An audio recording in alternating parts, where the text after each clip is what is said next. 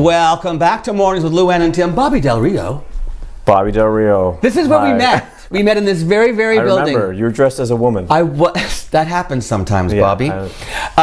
Okay, so it was My Roommate's an Escort. Yes. Season 2. Season 2. Trish Rainoni. Look, there she is. Yes. There's both of you. It looks like you're a couple, but you're not. Well, in the film we are, but not in real life. Not in real life. Yeah. That's why you're good actors, because you look like you're a real couple. Oh, I'll take it. See? So Trish and her partner, Katie Ullman. Yes. Did season 1 in Toronto, Yep. and then Trish got the idea of moving the series and writing it so that season 2 could be shot here in her hometown of Sault Ste. Marie to encourage I guess just to sort of hire local people and hire Northern Ontario talent and continue the sort of forward motion of film and television coming to Sault Ste. Marie, right? Yeah, I think it was a combination of also story. Storyline? Yeah. I guess we're not supposed to. Oh, because season 2 it's coming out soon, though. Yeah, I think it's coming out later this year. Trish is going to be on the show on Monday to talk about My Roommate's an Escort season 2. But Yeah, I'm just an actor, I'm just a little bug that you can squish. You did season 1 in Toronto, though? Yeah. Yeah. How many episodes was that? I think there were about 11. Yeah. And I was in 8 or 9 of them. Did you know Trish before, or Katie, or what? Or did you meet? I did know Trish before, Okay. but I was definitely closer to Katie. So Katie's been one of my best friends for years. Really, eh? But now Trish has also become one of my best friends. What's your background as an actor? Like, where'd you come from? How'd you get started? Theater. Yeah. So we have the same sort of background. 20 years I've been like an ACTRA member. So I went to theater school. ACTRA, for those of you who don't know, is the Canadian Union for Actors. Yeah. Yeah. You went to where? I went to Sheridan and the University of Toronto at Mississauga. Okay. So they have like a joint program. So I got a degree and a diploma at the same time for acting. For acting, okay. Yeah, so I did that, and I became a playwright while I was in school. And You write like crazy. You write nonstop. You're always writing scripts, right? Well, it's funny because I think I'm pretty prolific because I have a lot of scripts written. Mm-hmm. I've written over 100 scripts. Amazing. But I'm a very fast writer. Like I can write a draft of a feature in 24 hours. Wow.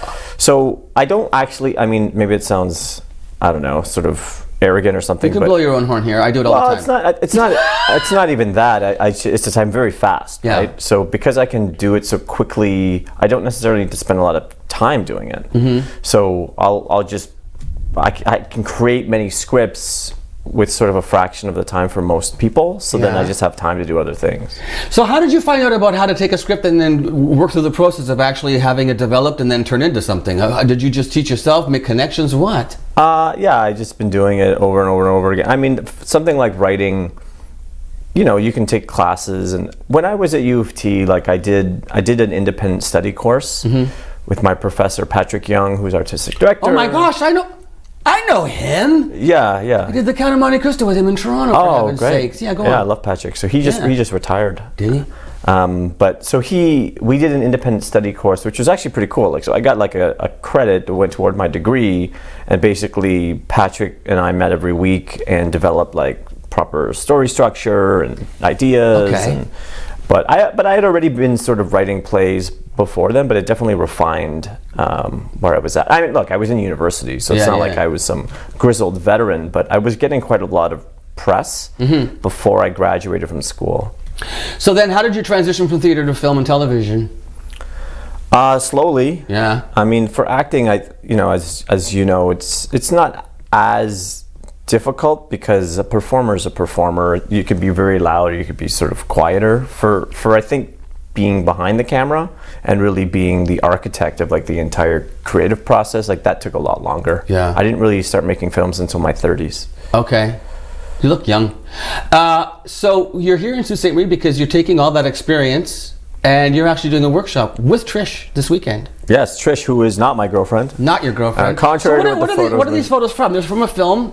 Yeah, so actually Trish is going to be making her directorial debut. No kidding. Yeah, it's pretty cool. So she's writing and directing this short, and then she asked me to... Is it called Milk? It's called Milk. Okay. And we're playing the 2 lead roles, and we're going to shoot that in November.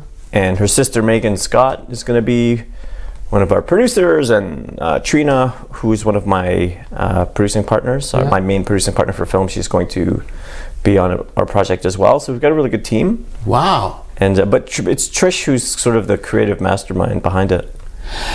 So you're shooting it in November? Yes. Down in Toronto? Yes. Yeah, okay. So this weekend is the workshop, Saturday, Sunday. Yeah. You still have room for people in case anybody's watching who wants to join? Yeah, we're going to actually air this. Well, this is live today, but Kevin told me he's going to air this tomorrow morning as well as part of our flashbacks weekend. So if you're watching this on Saturday morning, there's still time too. What time does it start on Saturday? We start at 10 a.m. We go to 5 p.m. We go Saturday and Sunday. Is it 10 a.m. to 5 p.m. both days? Both days. Those are big days. Yeah, and so originally the plan was to do sort of the craft of acting on the Saturday and then the business of acting on the Sunday.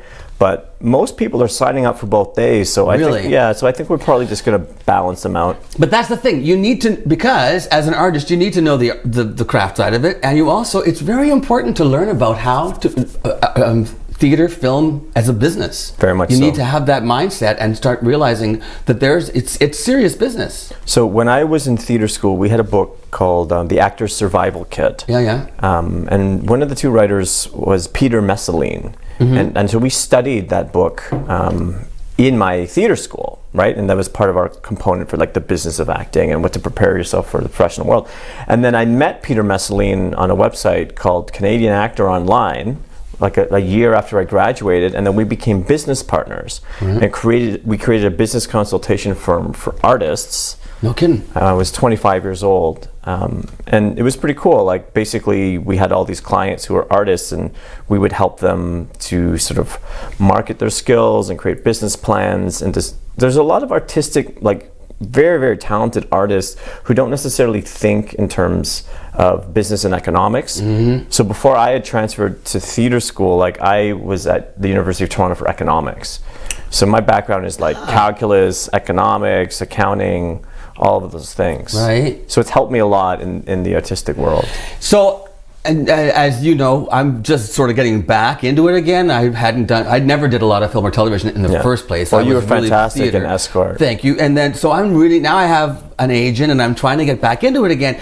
Boy, oh boy, there's a lot to learn. I mean, there's casting workbook, there's actors, there's like 2 different websites where you could send stuff, and then you do profiles, and this is what agents look at, casting agents look at these things, and then learning how to do self-tapes, and then, I mean, getting ready for auditions. And social media.